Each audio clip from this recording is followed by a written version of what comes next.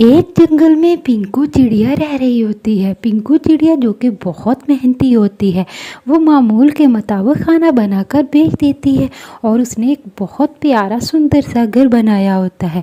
मन ही मन में कह रही होती है, वाह ये तो बहुत प्यारा घर बन गया है, देखो मेहनत से कितना सुंदर घर बन गया है। अब मैं मज़ीद मेहनत करूँगी और इससे प्यारा घर बनाऊँगी। बहुत उम्दा घर है, अब मेरी ज़िंदगी बहुत अच्छी है। पहले तो मैं परेशान ही रहती थी, आए दिन मुझे कोई ना कोई परेशानी हुआ करती थी। इतने में एक चुड़ैल आ जाती है और कहती है, अरे चिड़िया, क्या बात है? रोज़ाना ये बर्तनों की आवाज़ हमें सोने नहीं देती, बहुत बेआराम करती है, ये हमारी नींद को बर्बाद करती है। चले जाओ यहाँ से अपना बोरिया बिस्तर बांधो और कहीं और जगह चले जाओ, वरना बहुत बुरा होगा। हम रोज़ाना देखते हैं तुम्हारे बर्तनों की आवाज़ मामूल के मुताबिक रोज़ाना आती है, हमारी नींद को ख़राब करती है। अरे देखो, ये मैंने अभी अभी घर बनाया है, मैं इतनी जल्दी कहीं नहीं जा सकती। मैंने बहुत मेहनत की है, ये मेरा प्यारा सा घर बना है, प्लीज़ ऐसा नहीं करो। मैं खाना बनाकर बेचती हूँ और अपनी कमाई हुई रोज़ी से ये घर बनाया है। ऐसा करूँगी तो मैं कहाँ जाऊँगी, मेरे पास कोई ठिकाना नहीं है। लेकिन चुड़ैल पिंकू चिड़िया की एक बात तक नहीं सुनती और कहती है, अरे तुम्हें जाना ही होगा, अगर नहीं जाओगी तुम्हें जानी नुकसान हो सकता है। हम यहाँ बहुत देर से हैं और अपना बोरिया बिस्तर बांधो, चले जाओ। रोज़ाना बर्तनों की आवाज़ आती है और शोर शराबा होता है, सुबह सुबह खाना बनाना शुरू कर देती हो।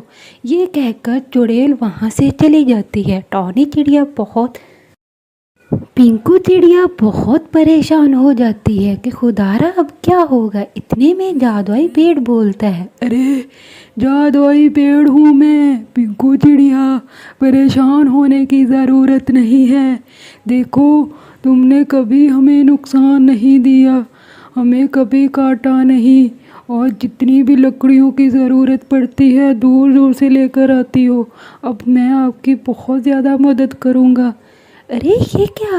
चिड़िया ये मन ही मन में सोचती है, ये जादुई पेड़ क्या है, कोई समझ नहीं आ रही। मैं तो एक आम दरख्त समझती थी, शुक्र है मैंने ये पेड़ काट नहीं दिया, वरना मुझे नुकसान हो जाता। ये सोचकर पिंकू चिड़िया घर चली जाती है। लेकिन जादुई पेड़ चुड़ैल का इंतज़ार करने लग जाता है। इतने में वो देखता है कि चुड़ैल आ गई है। जादुई पेड़ कहता है, अरे चुड़ैल बात सुनो, मैं जादुई पेड़ हूँ। जी जी। चुड़ैल जादुई पेड़ को देखकर बहुत परेशान हो जाती है। अरे चुड़ैल, मैं जादुई पेड़ हूँ, देखो पिंकू चिड़िया को परेशान नहीं करना, उसने आज तक हमें परेशान नहीं किया। अगर ऐसा करोगे तो हम इस जंगल से तुम लोग को मार भगाएंगे। ये सुनकर चुड़ैल बहुत डर जाती है और कहती है, नहीं नहीं जादुई पेड़ भैया, मैं बिल्कुल परेशान नहीं करूँगी, और पिंकू चिड़िया जब मन चाहे खाना बना सकती है, हम कभी भी परेशान नहीं करेंगे। और हमें तो मालूम ही नहीं था कि आप लोग यहाँ रहते हैं।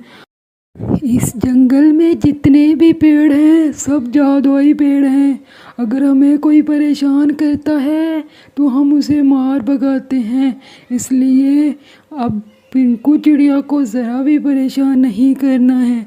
मुझे बस यही कहना था। चुड़ैल ये सुनकर बहुत डर जाती है और कहती है, नहीं नहीं, हम बिल्कुल परेशान नहीं करेंगे। ये कहकर चुड़ैल वहाँ से चली जाती है। इस तरह जादुई पेड़ पिंकू चिड़िया की मदद करता है और जादुई पेड़ पिंकू चिड़िया का इंतज़ार करना शुरू कर देता है कि जैसे ही पिंकू चिड़िया आएगी मैं उसे बताऊंगा कि तुम्हें यहाँ से जाने की ज़रूरत नहीं है। इतने में पिंकू चिड़िया आ जाती है। जादुई पेड़ कहता है, अरे पिंकू चिड़िया, अब तुम्हें परेशान होने की ज़रूरत नहीं है, मैंने चुड़ैल से बात कर ली है। ये जंगल जितने भी इस जंगल में पेड़ हैं सब जादुई पेड़ हैं, वो किसी तरह का तुम्हें नुकसान नहीं होने देंगे, क्योंकि तुमने कभी हमें नहीं काटा। हमें बहुत महफूज रखा है। चाहे जितनी भी लकड़ियों की ज़रूरत पड़ती है दूर दूर से लेकर आती हो। चिड़िया ये सुनकर बहुत खुश हो जाती है, क्योंकि उसने अभी अभी अपना एक प्यारा सा घर बनाया होता है। वो मन ही मन में बहुत खुश होती है।